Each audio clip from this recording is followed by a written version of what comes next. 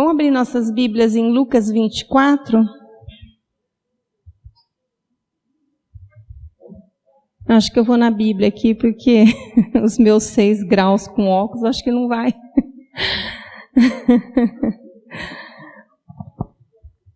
Vou tentar lá. Lucas 24, nós vamos ler do versículo 13 ao versículo 35.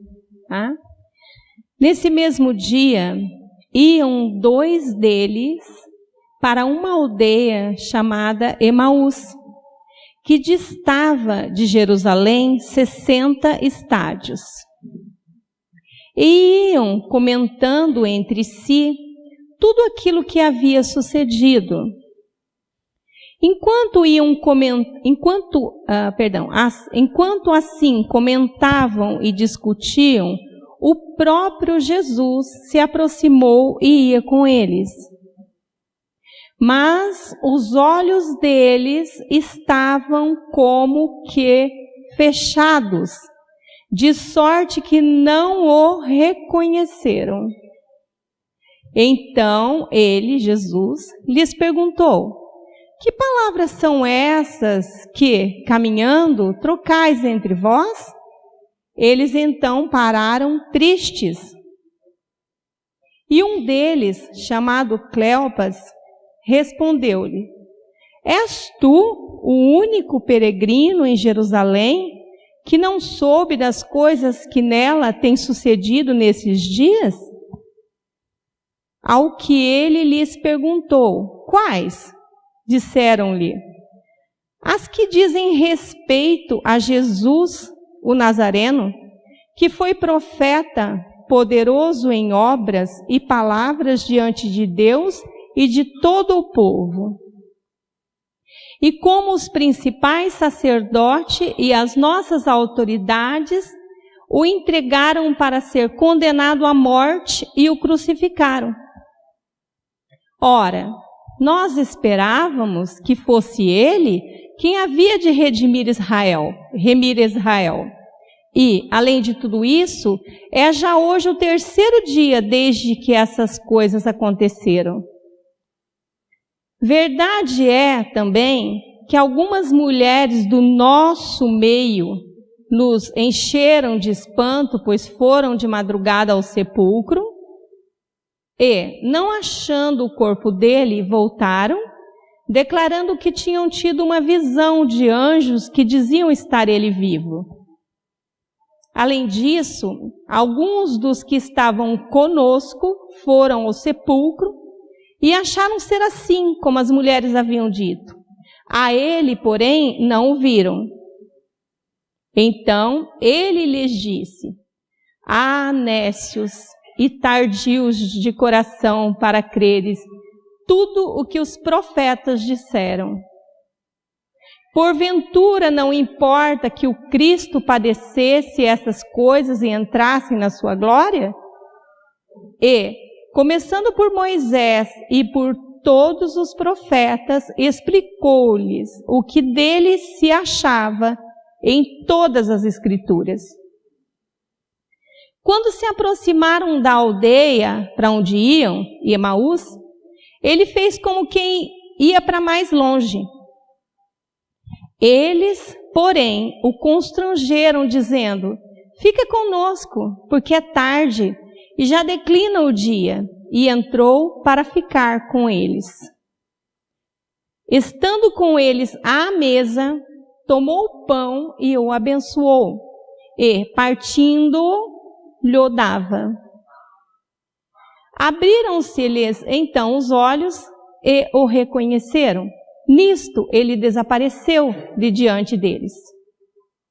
E disseram um para o outro: porventura não se nos abrasava, não nos ardia o coração, quando pelo caminho nos falava e quando nos abria as Escrituras? Na mesma hora, levantaram-se e voltaram para Jerusalém. E encontraram reunidos os 11 e os que estavam com eles, os quais diziam: realmente o Senhor ressurgiu e apareceu a Simão. Então, os dois contaram o que acontecera no caminho e como se lhes fizera conhecer no partir do pão. Amém? Para quem está anotando, o título da mensagem é Permanecer e Perceber. Esse relato da palavra de Deus começa dizendo nesse mesmo dia. Então, para nós entendermos, nós precisamos saber que dia era esse. Quando nós lemos os primeiros versículos do capítulo 24, ele descreve, Jesus foi crucificado, morto e sepultado na sexta-feira. E no domingo passou o sábado, e no domingo pela manhã, as mulheres, Maria Madalena, Maria e as mulheres que estavam com Jesus, levantaram de madrugada para ir ao sepulcro. E aí encontraram o sepulcro vazio. Então, que dia era esse? Esse era o domingo, depois da sexta-feira, o domingo de Páscoa, o domingo da ressurreição de Cristo. Esse era o dia que a palavra de Deus está dizendo. Então, a Bíblia diz, dois deles, no dia da ressurreição de Cristo, decidem sair de Jerusalém e ir para Emaús. O versículo 22 diz, no versículo 22, diz que eles eram do meio, algumas mulheres do nosso meio.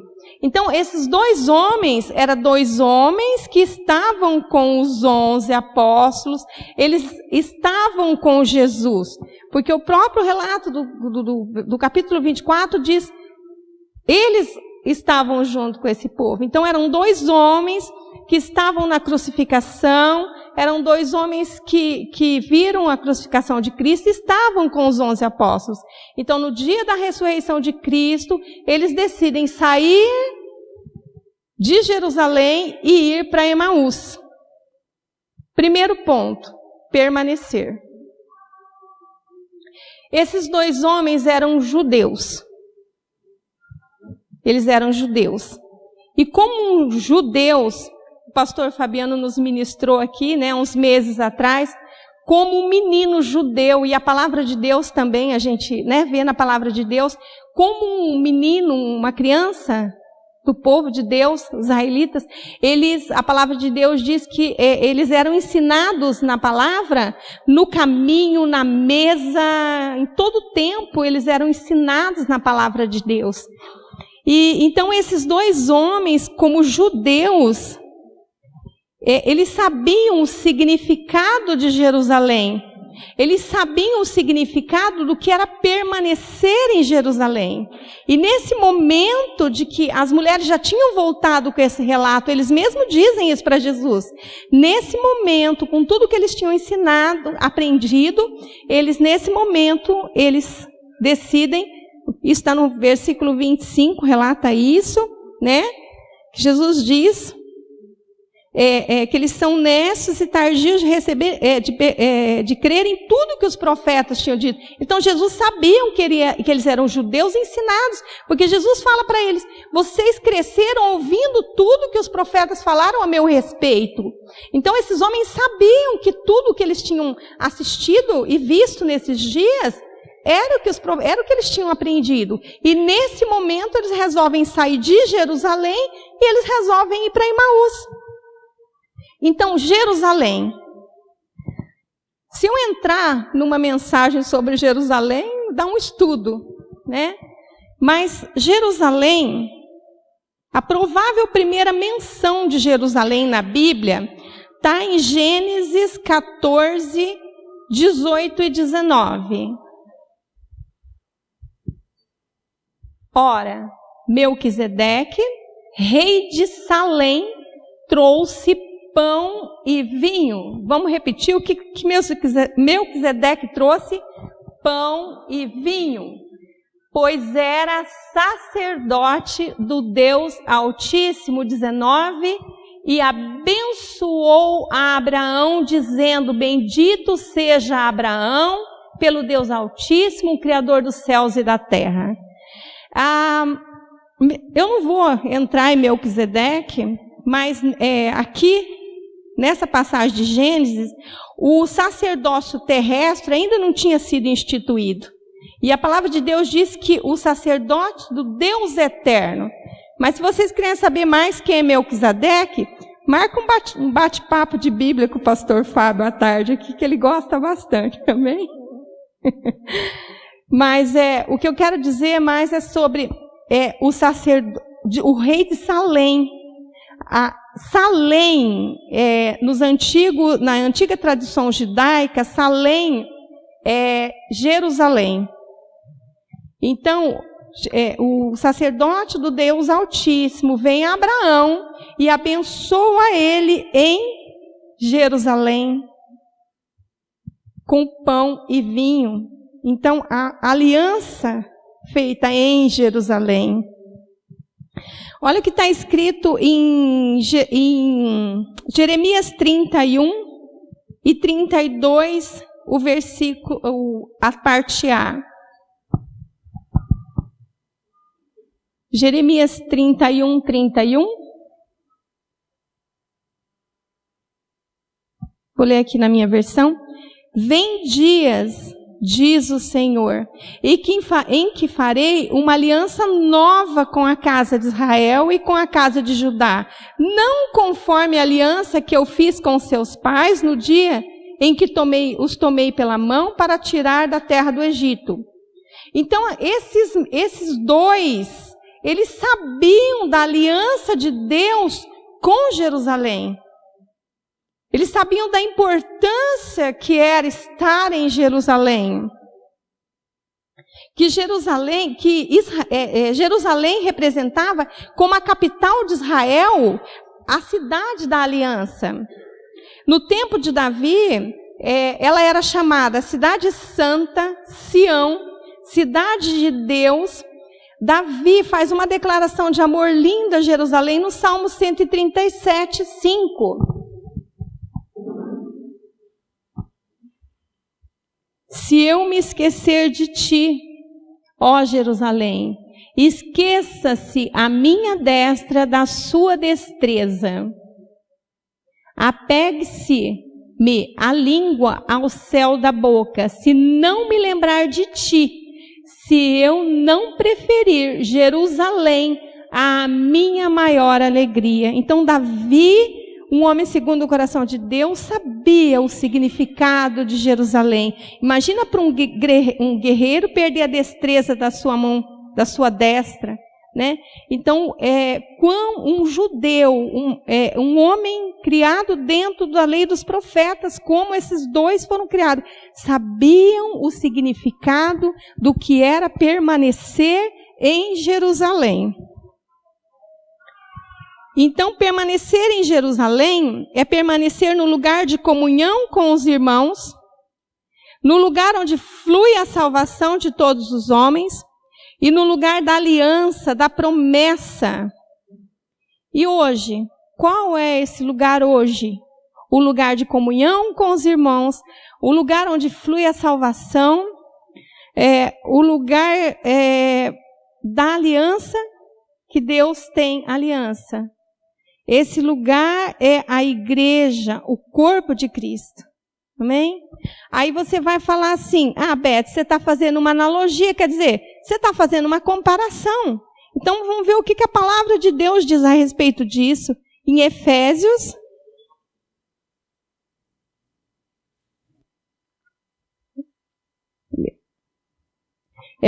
capítulo 2, versículo 12.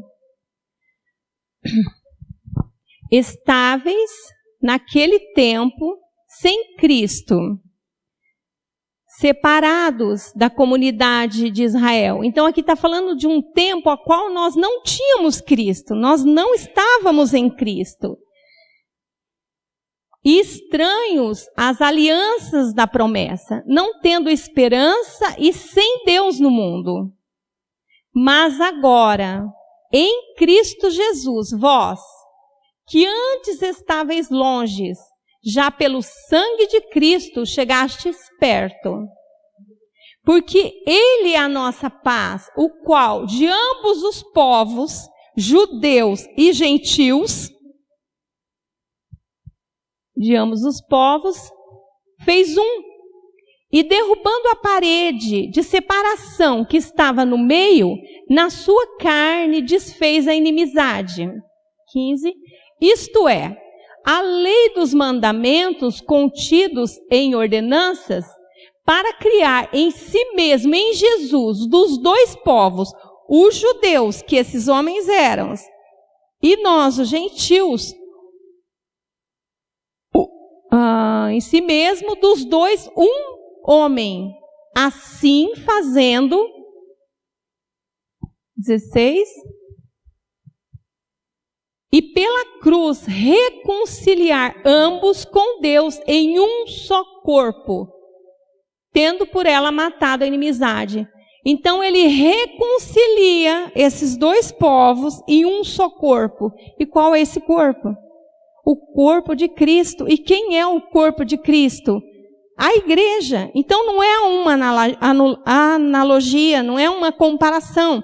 A Bíblia está dizendo, hoje em Cristo Jesus nós somos a Israel, a igreja, o corpo de Cristo. Então aonde a aliança, Deus tem uma aliança conosco, com a igreja. Amém? Então esses dois homens saem do lugar do agir de Deus, o lugar do propósito de Deus, e eles decidem ir para Emaús. Então, Emaús, eu achei 3 significados para Emaús. Algo incerto, mula e águas termais. E viver em Emaús é ter uma vida de incertezas. Porque quem vive em Emaús, a gente ouve falar, quem não tem Cristo, o que a gente ouve falar? O pastor Getúlio nos ministrou esse final de semana, né? E a gente falava, a gente tinha uma vida de incertezas, a gente não sabia o que ia ser da nossa vida, o que ia ser do nosso futuro. Então, Emaús, ir para Emaús é ir para uma terra de incertezas, sair de Israel, que é o lugar da ação de Deus, e ir para Emaús é sair do agir de Deus para ir para um lugar de incertezas. E também fala sobre mula, mula fala de um comportamento irracional. Olha que o Salmos 32, 9 diz: não sejais como o cavalo e a mula, que não tem entendimento, cuja boca precisa de cabresto e freio, ou não virão a ti. Então, Emaús ir para Emaús, viver em Emaús é viver uma vida irracional, como uma mula, né? Ser teimoso como uma mula. E águas termais, né? Quem já foi em termas fala. Águas termais fala de prazeres pessoais. Então, satisfazer as nossas próprias vontades. Às vezes, vimos pessoas saindo do lugar do agir de Deus e dão várias desculpas, mas a gente sabe que estão indo atrás dos seus prazeres pessoais, né? Ou dizem que caiu em tentação e saiu. Mas é interessante, Tiago, eu achei uma colocação do pastor Pio na Fateme, sobre o versículo de Tiago 1,14, que diz que nós somos atraídos pelas nossas próprias paixões e consciências. O meu diz maus desejos. E ele fez uma figuração muito interessante na Fateme. Ele disse assim: quando você quer aprisionar uma onça, não matar, mas você quer aprisionar uma onça, e você prepara uma armadilha para uma onça, você coloca alface, uma melancia, ou você coloca alpiste? Não. Você quer aprisionar uma onça, você coloca o quê? Você coloca um pernil, você coloca um cabrito. Então, porque você vai atrair ela por aquilo que ela deseja, aquilo que ela almeja. Eu achei muito interessante essa colocação dele nesse versículo, porque é isso. Então, nós somos atraídos e tentados, mas quando nós vamos porque era aquilo que a gente queria. Aquilo nos atraiu porque aquilo está no nosso desejo, está no nosso coração. Então, sair da vontade de Deus para ir fora da vontade de Deus, que é uma vida longe de Deus, que é Emaús, muitas vezes somos atraídos pelos nossos próprios desejos. Isso é um dos significados de Emaús. E por quê? Quais os motivos, ou os pseudos motivos, quer dizer, motivos de teores falsos, que levaram eles a saírem de Jerusalém? Por quê? Que esses homens ensinados desde pequenos, ouvindo, o próprio Jesus disse, por que vocês são necios e tardios em crer em tudo que os profetas disseram? Quer dizer, eles foram criados na lei dos profetas, e de repente tudo que foi dito pelos profetas sobre Jesus, sobre a morte de Jesus, sobre a crucificação, e eles vivem tudo isso. E eles, nesse exato momento, eles decidem sair. Por que esses homens decidem sair? Será que se nós olharmos e descobrirmos alguns dos motivos, será que esses mesmos motivos não estão batendo a nossa porta para nós sairmos hoje do centro da vontade de Deus? Uma dessas razões é expectativas erradas em relação a Jesus e a igreja. Olha o capítulo, no Lucas 24, 21.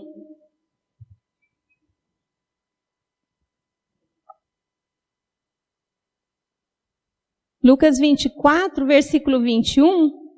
Vou ler na minha. Ora, eles dizendo para Jesus, né? Ora, nós esperávamos que fosse ele quem redimisse a Israel. Mas agora, além de tudo isso, já hoje o 3º dia desde que essas coisas aconteceram. Então, o que eles tinham? Eles tinham uma visão voltada para eles. Eles queriam que alguém para melhorar a vida deles. Então, quando Jesus falava que ele ia para a glória, que ele ia sentar no trono, eles esperavam que ele fosse o quê? Destronar César. Porque em Mateus 20, 21, a mãe de Tiago e João diz assim, Senhor, quando entrares no teu reino, né, lembra do meu filho, senta um na tua direita e um na sua esquerda. Né? E Jesus fala para ela, mulher, você não sabe o que você está pedindo. Por quê? Porque eles andavam, eles estavam vendo, mas eles achavam que era o aqui e agora. Isso acontece com nós. Às vezes nós tentamos transformar o cristianismo num clube. Caso a gente não esteja satisfeito, a gente vai embora. Vamos para Emaús. Então, sabe que ouvir uma mensagem como a do pastor Rideu de dizer que Deus não muda situações, é difícil. É muito difícil você ouvir que Deus não muda situações. Deus quer mudar a gente. E através da nossa mudança, as situações vão se transformando. Né? Mas esses homens achavam que Deus... Né? É como o pastor ministrou sobre os odres, né? Colocar remendo. Conserta aqui, conserta ali, mas Deus quer transformar. Então aqui, Jesus tem uma visão muito maior, né, em tudo isso, de eternidade, de redimir a humanidade, e esses homens tão tristes, o texto diz que eles vão pelo caminho entristecidos, tristes, porque a gente achou que ele ia reinar.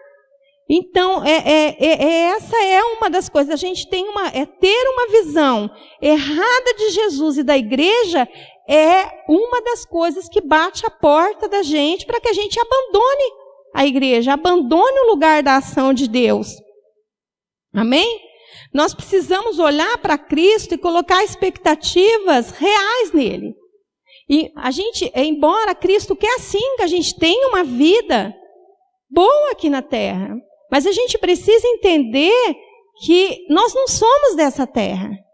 O reino de Deus não é dessa terra. O reino de Deus está vindo para essa terra. Amém? Que venha o teu reino. O reino de Deus não é. É muito maior do que as circunstâncias. E às vezes, porque Deus não transforma as circunstâncias, as pessoas abandonam o lugar do agir de Deus e resolvem ir para Emaús. Outra coisa que levou esses homens também, o medo da perseguição. Abre a Bíblia em Mateus 5:10, porque eles tinham visto a perseguição, a igreja estava perseguindo, Pedro tinha negado Jesus por medo da perseguição, mas a transparência de Jesus com esses homens, com esses discípulos, sempre falou para eles das perseguições. Em Mateus 5:10, 12, diz assim: bem-aventurados os que são perseguidos por causa da justiça, porque deles é o reino dos céus. Bem-aventurados sois vós quando vos injuriarem e perseguirem e, mentindo, disserem todo mal contra vós por minha causa. 12, alegrai-vos e exultai, porque é grande o vosso galardão nos céus, porque assim perseguiram os profetas que foram antes de vós. Então, Jesus deixou claro, no reino, em Jerusalém, na igreja, por minha causa, nós vamos passar por perseguição. E em João 15:20, a parte A do versículo diz assim: lembrai-vos da palavra que eu vos disse, não é um servo maior do que o seu senhor. Se a mim perseguiram, também perseguirão a vós. Então Jesus nunca escondeu uma perseguição por causa da palavra. Então a perseguição por causa da palavra também é algo que tira as pessoas do centro do agir de Deus. E circunstâncias contrárias, pressões. Nós passamos por pressões, mas a gente precisa entender também que tem pressão em tudo que a gente faz. As pressões não estão na nossa vida só porque a gente está na igreja. Há pressão em ser marido, há pressão em ser esposa, há pressão em sermos patrões, funcionários, pais e filhos. Em tudo há pressão. E às vezes, eu gosto quando o pastor fala, como é que é?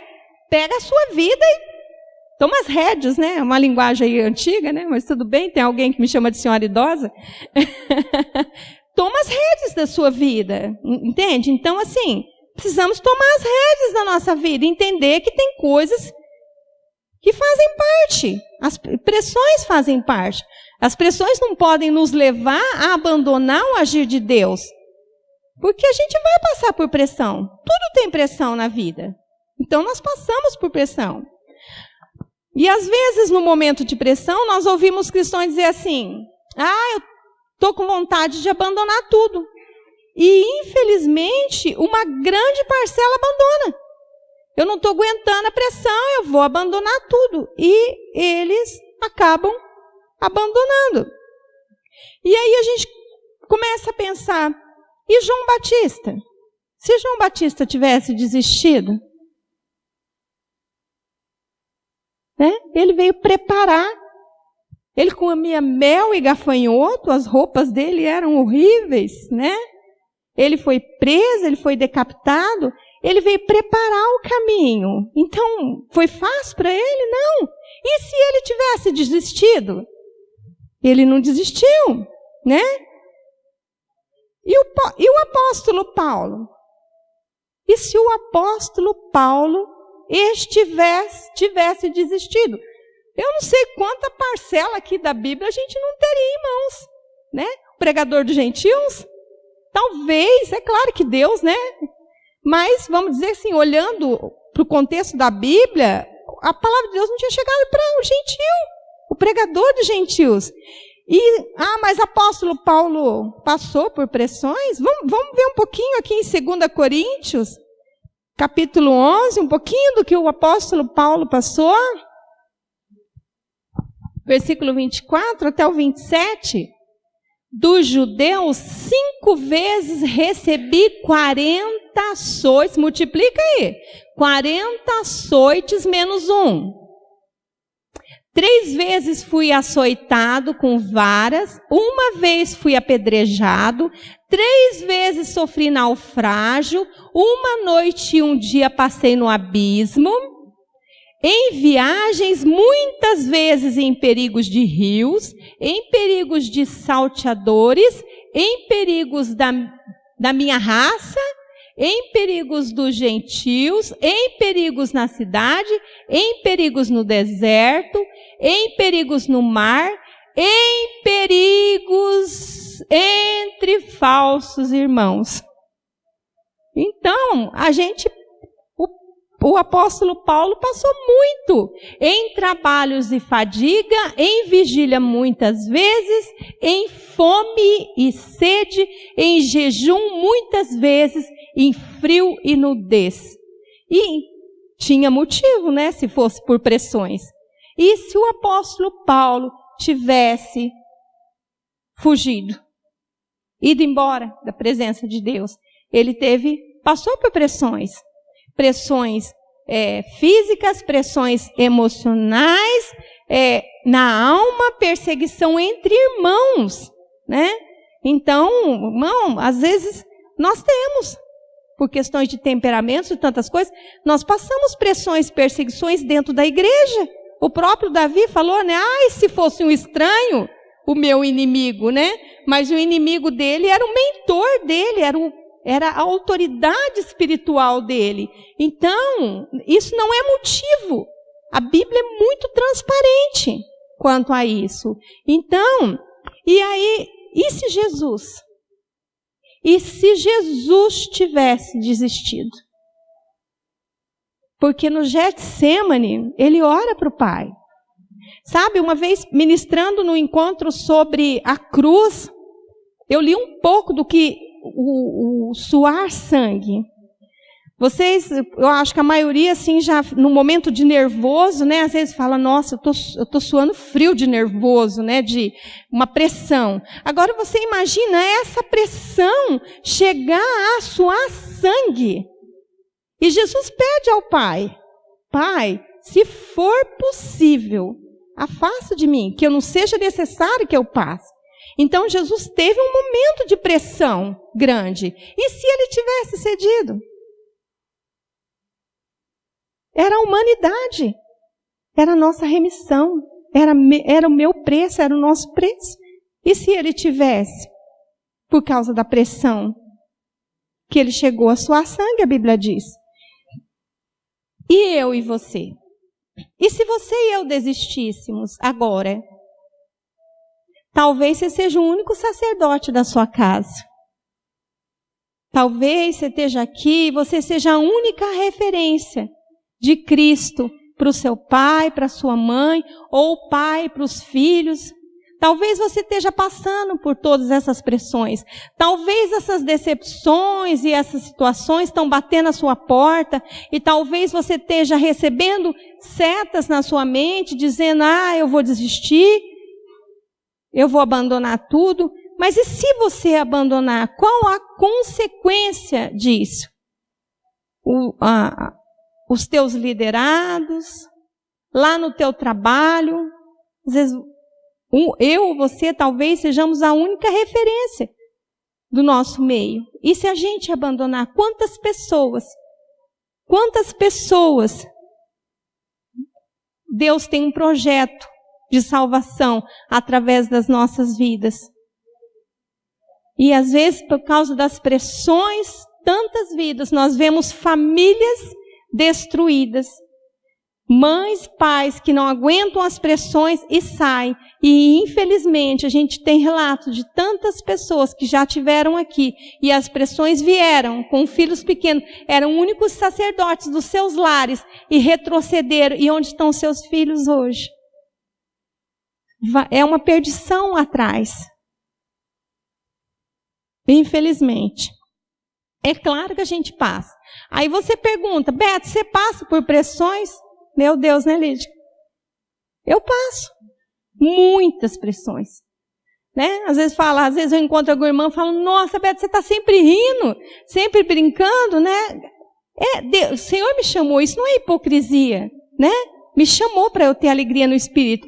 Mas tem algumas irmãs, né? O meu pastor, que isso aqui eu vou lá chorar.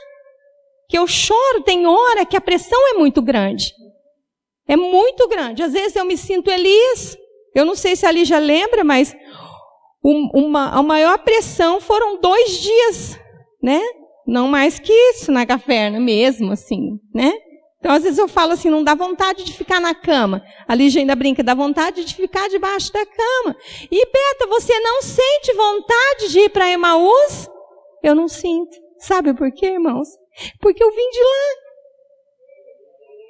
Eu vim de Emaús. Eu vivi 33 anos da minha vida em Emaús. Sabe, uma terra de incerteza. Eu era viciada em revistinha da Astral. Porque a minha vida era uma incerteza. Então eu comprava revista de signos para saber do meu futuro. Porque eu não sabia. Era incerto o meu futuro. Então era uma incerteza. Eu me autodestruía como uma mula. Fazia burradas. Então eu vivia, irmãos. Onde a gente se lança em prazeres pessoais, em festas. Morei fora, estudei fora e o que fazia? O que acontecia? Aquilo que o pastor Fabinho pregou ontem, quando você volta para casa, você volta vazia. Então, eu passo por pressões, meu Deus, às vezes eu vou, não desejo a morte como Elias, mas às vezes eu falo, Deus, deixa uns 2 dias aqui na caverna quietinha, aí eu me levanto, porque Deus fala, se alimenta, porque tem ainda um longo caminho pela frente. Então, eu vou. Mas pensar em voltar para Emaús nunca mais. Porque eu vim de lá. Amém? Eu vim de lá. Sabe? O pastor Getúlio pregou uma palavra. Todo o contexto dos 3 dias acabaram em uma coisa só. Mas ele pregou uma palavra lá na presbiteriana no sábado. Eu estava até com a Ju. Eu falei para a Juliana, eu creio nisso. E ele pregou algo que eu creio muito. Deus tem promessa para a minha vida. Quem crê que Deus tem promessa para a sua vida? E quando Deus chegar com a promessa, Ele precisa nos encontrar no lugar da promessa. Ele pregou sobre isso. Você precisa permanecer no lugar da promessa. Porque Deus não tem um compromisso com você e comigo se eu não estiver no lugar da promessa. O que Jesus diz para os discípulos? Permanecei em Jerusalém até que do alto sejam revestidos. E o Pentecostes, o Espírito Santo, eles receberam por quê? Porque eles permaneceram em Jerusalém. Então, e se eles não tivessem permanecido? Pentecostes não tinha acontecido. Então, Deus tem uma promessa na minha vida, e Deus tem promessa na vida de cada um de nós. Se nós permanecermos no lugar do agir de Deus, ali já chama isso de perímetro da bênção, que é o corpo de Cristo. Nós precisamos permanecer no lugar da promessa. Segundo ponto. Perceber, para quem está anotando, Provérbios 3, 5 e 6, diz assim, confia no Senhor de todo o teu coração e não te estribes no teu próprio entendimento. Reconheça-o, perceba-o em todos os teus caminhos, e Ele endireitará as tuas veredas. Amém? Lucas 24, o versículo 15 e o 16, ao 16. E o 16.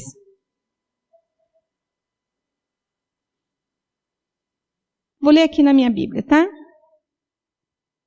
Lucas 15, o 24, 15 e o 16. Indo eles, falando entre si e fazendo perguntas um para o outro, o próprio Jesus se aproximou e ia com eles, mas os olhos deles estavam como que fechados de sorte que não o reconheceram. Então, só permanecer não é o suficiente. Nós precisamos perceber, nós precisamos reconhecer o Senhor. Porque esses homens foram criados ouvindo e sabendo de tudo que eles presenciaram. Nesse momento, o próprio Jesus vem até eles, caminha com eles por um longo tempo propagando a palavra, porque diz assim que ele começa e passa por todos os profetas. Então Jesus vai falando a palavra, o próprio Jesus, para esses homens, por um longo tempo. Mas a Bíblia diz que os olhos desses homens estavam como que fechados. E eles não o reconheceram. Vejam quem era, no versículo 19, vejam quem era Jesus para eles. Perguntaram-lhe perguntou Jesus, né, sobre o que tinha acontecido, né, naqueles dias. Então eles responderam: as que dizem respeito a Jesus de Nazaré, que foi profeta, poderoso em obras e palavras diante de Deus e de todo o povo. Sabe, o pastor Maurício nos ministrou esses tempos de quem é Jesus para nós. É claro que Jesus é poderoso em obras, nós sabemos disso. Mas obras fala de mãos. E aqui eles relacionam Jesus como poderoso em obras. Então, quando eu sou apresentada a uma pessoa, e eu não olho a face dessa pessoa, e eu passo todo o meu tempo olhando para as mãos dessa pessoa, vendo o que essa pessoa pode fazer, quando eu encontrar essa pessoa de novo, eu não vou reconhecer ela. Então ele diz assim, eles dizem, ele era um profeta, poderoso em obras. Poderoso em obras. Então, eles não contemplaram a face. Por isso, como que eles iam conhecer Jesus no caminho, se eles sempre olharam Jesus que faz, não quem ele era? Então, ele faz, claro que ele faz grandes obras, mas ele não é obras. Então, olhar para as mãos e não contemplar a face, nós não vamos reconhecer Jesus dessa forma. Eles não conheceram.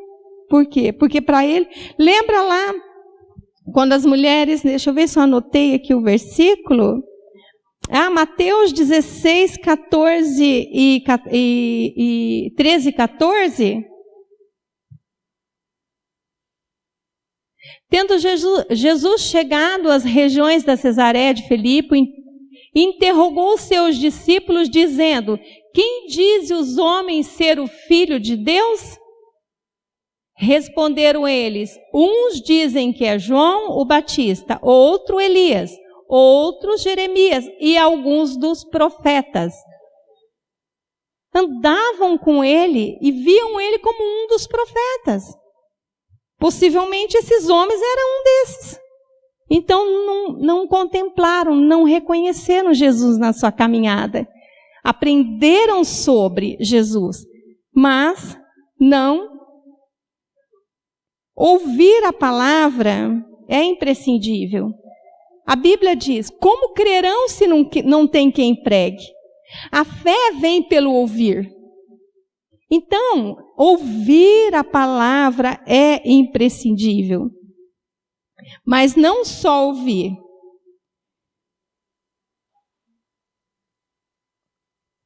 Ouvir aquece o coração. Olha o Lucas 28 ao 30. Quando se aproximou da aldeia para onde iam... Espera aí, só um minutinho. Acho que eu me perdi aqui. Me perdoe.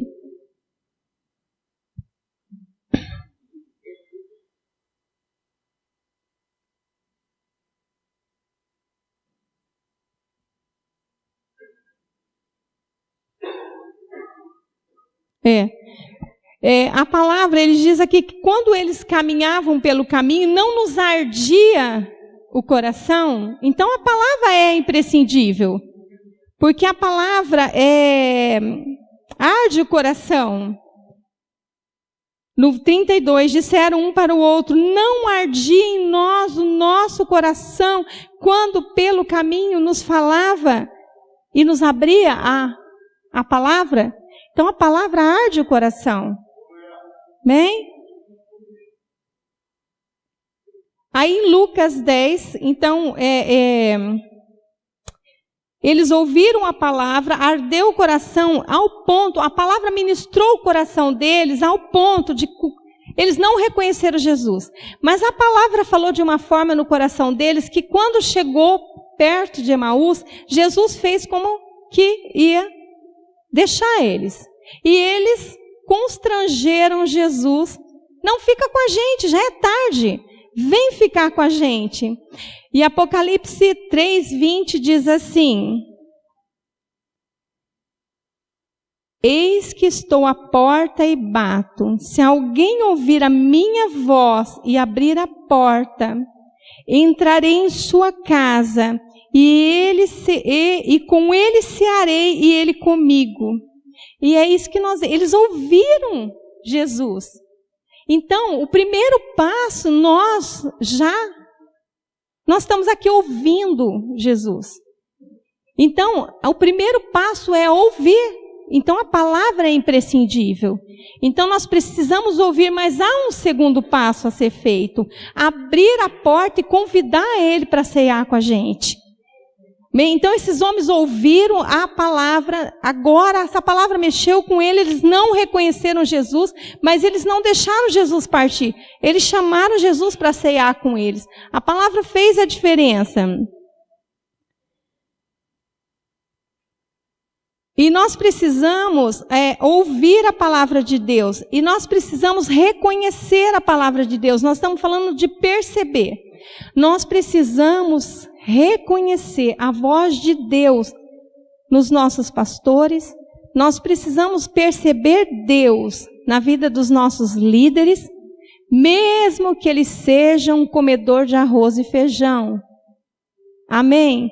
Mesmo que você tenha várias faculdades a mais que ele, Deus fala através dele. Então nós precisamos reconhecer Deus no pregador. Nós precisamos reconhecer, ouvir. Apocalipse diz que ele vai falar através do teu pastor, ele vai falar através do teu líder. Então nós precisamos reconhecer a voz de Deus nessas pessoas. Amém? É através dessas pessoas que Deus fala conosco hoje. Mas eles ainda ardeu o coração, mas a Bíblia diz que os olhos deles ainda estavam como que fechados. Que hora que abriu? Os olhos foram abertos. Lá no versículo 24, no versículo 32 ao 35, 32. Disseram um para o outro, não ardia em nós o nosso coração quando pelo caminho nos falava e quando nos abria a Escritura? E olha aqui no 33, na mesma hora, vou dar uma paradinha aqui, a gente vê dois discípulos vindo, dois homens que conheciam a palavra de Deus, eles vinham tristes, então imagina um andar triste, né? Eles chegaram em Emaús no final da tarde, porque eles falam para Jesus, vem cear com a gente, porque o dia já declina, está à noite. Então nós vemos homens com medo de perseguições, nós vemos homens sem expectativas, homens... Aí de repente, esses homens pegam à noite, no 33, na mesma hora, era à noite, na mesma hora, levantando-se, voltaram para Jerusalém. E voltaram rápido, porque agora era diferente. Voltaram para Jerusalém e encontraram reunidos os 11 e os que estavam com eles, os quais diziam, ressurgiu verdadeiramente o Senhor e já apareceu a Simão. Então, os dois contaram o que lhes aconteceram no caminho e como tinham reconhecido o Senhor quando que os olhos desses homens foram abertos? Quando quando Jesus parte o pão, eles ouviram a palavra,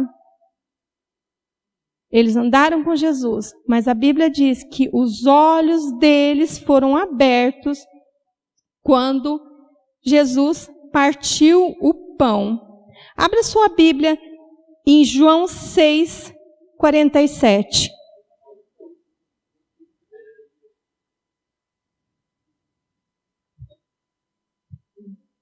Nós vamos ler até o 56.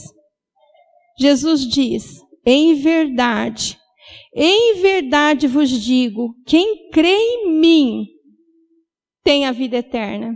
Eu sou o pão da vida. Vossos pais comeram o maná no deserto e morreram.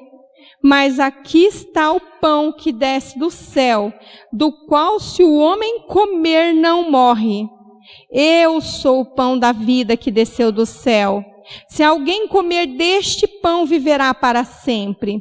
Este pão é a minha carne, e eu darei pela vida do mundo.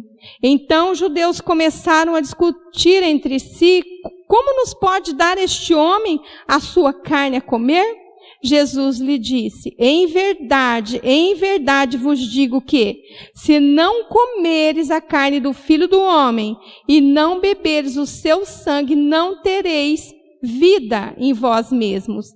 Quem come a minha carne e bebe o meu sangue tem a vida eterna, e eu ressuscitarei no último dia, pois a minha carne é verdadeiramente comida, e o meu sangue é verdadeiramente bebida.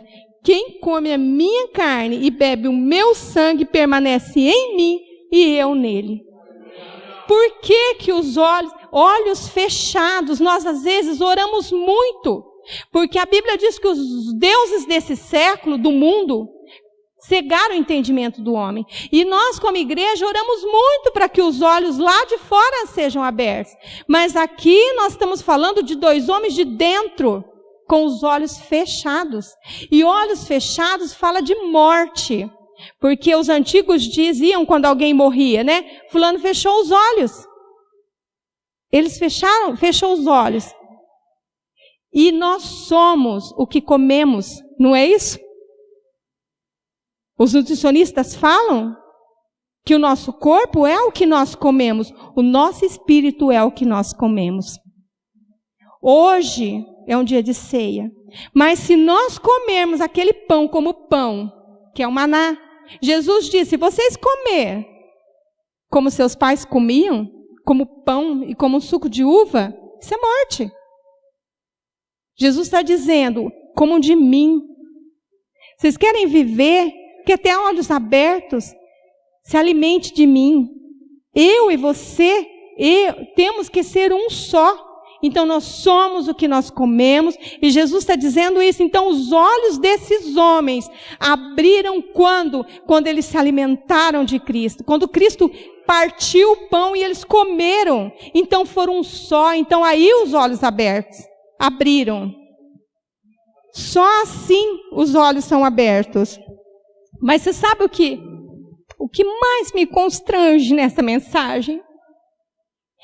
Quando eu vou para Isaías 53, que relata todo o sofrimento, o servo sofredor, e ele relata toda a crucificação, e ele diz assim, que a recompensa de Jesus são aqueles que ele atrai para ele pelo sacrifício dele. E Filipenses 2 diz assim, que ele se humilhou, ele obedeceu até a morte de cruz. E por causa disso, Deus o exaltou. Então ele veio, então ele morre na cruz, e ele diz: está consumado. O que era para fazer estava feito. Era a ressurreição. Era o momento dele ser exaltado. Ele não precisava fazer mais nada. Estava salva a humanidade. E naquele momento, ele vem para um Tomé para mostrar suas feridas. Ele não precisava ter mostrado. Eles já tinham dito sobre ele. Mas sabe por quê? Porque ser exaltado para ele, eu penso que é importante, porque ele está à destra do Pai para interceder por nós. Mas ele vem para Tomé para mostrar as feridas Tomé, acredite, sou eu ressuscitei. Porque o mais importante para Ele é vida. Somos nós, é eu e você. Por isso que Ele vem, Ele nos deu o Espírito Santo, e Ele nos convence pela palavra, porque é isso. Então Ele sai, Ele vem para essas mulheres, Ele aparece para Pedro, mas Ele sai desse contexto, porque Ele aparece para esses dois, já era no final da tarde. Ele está lá, olha, eu ressuscitei. Esses homens estavam indo embora. Esses homens tinham ouvido a respeito deles e decidido ir para os seus prazeres, ir lá para as terras termais. E o que Jesus faz? Jesus sai de manifestar, olha, ele sai desse contexto e ele vai atrás desses dois homens, porque é assim que Jesus é. Não importa o tamanho que é a humanidade, porque Ele morreu pela humanidade. Ele está interessado em mim e em você, que está pensando ou com essas setas de querer abandonar. Ele vem até nós, Ele sai desse contexto. Então, é constrangedor o amor de Deus. Essa é a palavra. Ele sai desse momento para ir atrás desses dois homens que tinham desistido, que não tinham entendido nada, que tinham olhado para as mãos dele. Queria que o Ministério de Louvor se posicionasse. Eu queria dizer para vocês, nós temos algumas pessoas que falaram que estão aqui pela primeira vez, e dizer, se você, como eu vivi 33 anos em Emaús. E há 16, eu saí de Emaús, eu não quero nunca mais voltar para lá. Durante o Ministério de Louvor vai estar tocando essa canção. Coloca a mão no teu coração e pede para Deus. Sabe, existe só um passaporte para nos tirar de Emaús e nos trazer para o centro da vontade de Deus, para a igreja, para Jerusalém. Esse passaporte chama Jesus. Então, enquanto toca esse louvor, se você identificou na sua vida uma vida sem esperança, cheia de incertezas, de destruição, faça onde você está mesmo, coloca a mão no teu coração e fala, Jesus, o Senhor é o passaporte, eu quero esse passaporte para a minha vida. E eu também falo para nós, a igreja, se durante essa mensagem o Espírito Santo fez uma leitura no teu espírito e detectou que essas situações estão batendo na sua porta, e talvez esteja passando pela tua mente, né? Sair do centro da vontade de Deus, eu quero dizer, Deus tem uma promessa para você. Não saia do centro da vontade dele, porque fiel é aquele que prometeu. Amém?